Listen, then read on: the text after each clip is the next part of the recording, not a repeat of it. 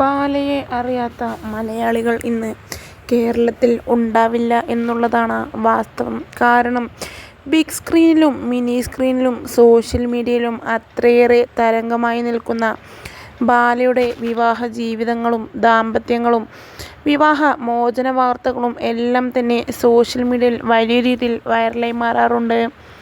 എന്നാൽ ഇപ്പോഴിതാ കഴിഞ്ഞ ദിവസം ബാല ലൈവിൽ വന്നിരുന്നു.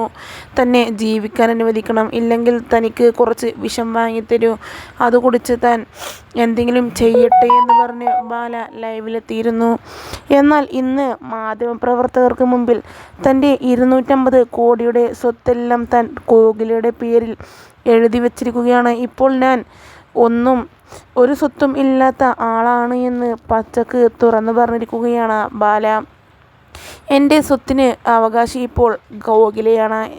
എൻ്റെ കയ്യിൽ ഇപ്പോൾ ഒന്നുമില്ല എന്ന് മാധ്യമങ്ങൾക്ക് മുമ്പിൽ തുറന്നടിച്ചിരിക്കുകയാണ്. ഇത്ര ചെറുപ്പത്തിൽ തന്നെ 250 കോടി സ്വത്തിൻ്റെ ഉടമയായി മാറിയിരിക്കുകയാണ് ഇപ്പോൾ ബാലയുടെ ഭാര്യയായ കോകില. എന്തായാലും ഇത് കേട്ട്